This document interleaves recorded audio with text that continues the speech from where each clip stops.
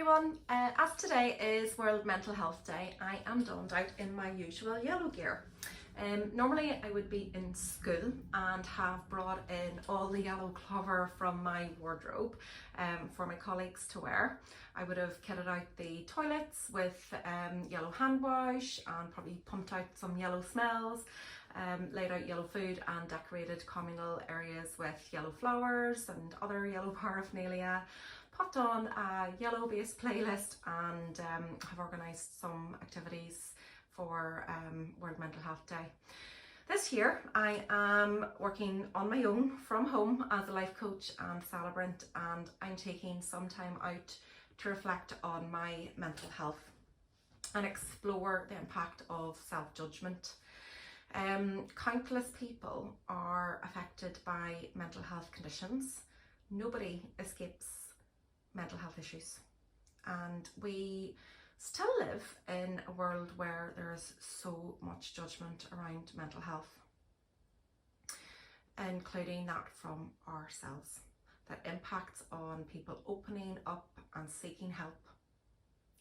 Now, you'd think that this day and age mental health should be something that we can talk openly about, but there's no shame in by having food poisoning or having a broken leg, while for some reason there still remains a stigma around mental health. We worry about being judged as weak or unreliable, or that we can't do things, so we learn to bury our struggles and not let on that anything is wrong.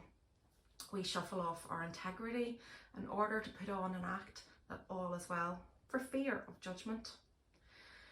But as we fear judgments from others, we may also be judging ourselves, and I feel like this is so much more detrimental. Also, our own judgment is the only thing that we really have control over. If we don't accept our struggles or indeed our illness, this can perpetuate shame and make us enter into a shame cycle, or be kept in a shame cycle, or even worse, into a shame spiral.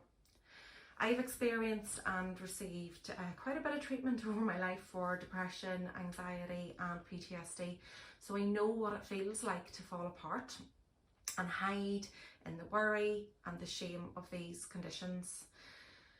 To push on and make myself be okay until the day came where I hit rock bottom and just broke. When we resist what is, when we make who we are or what we feel wrong, we're adding another layer to our suffering and pain.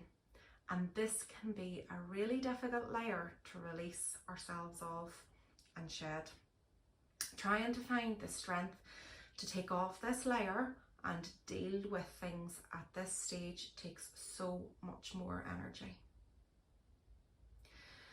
But when we can accept our struggles, our relationship with illness has a chance to change. There's a newfound room for compassion for the times when we can't get out of bed, when we can't get to work or make it to a social event.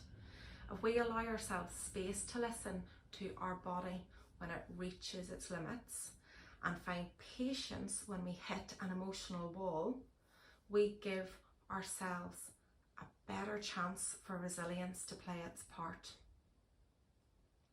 This year's theme for World Mental Health Day is that mental health is a universal right. I want you to advocate for your own right to mental health. I want you to take some time out to contemplate on it, to think about ways to shine a light on your struggles, to be tender with yourself, to challenge your self-judgments and find acceptance for the entirety of who you are. Please try and add in some time to open up dialogue with others, to show judgment the red card. If we can be more honest about our pain, our anger and our struggles, instead of pretending that they don't exist and that we're all okay, then maybe we'll leave the world a better place than we found it. Advocate for your mental health. Please talk. Please open up. Thank you.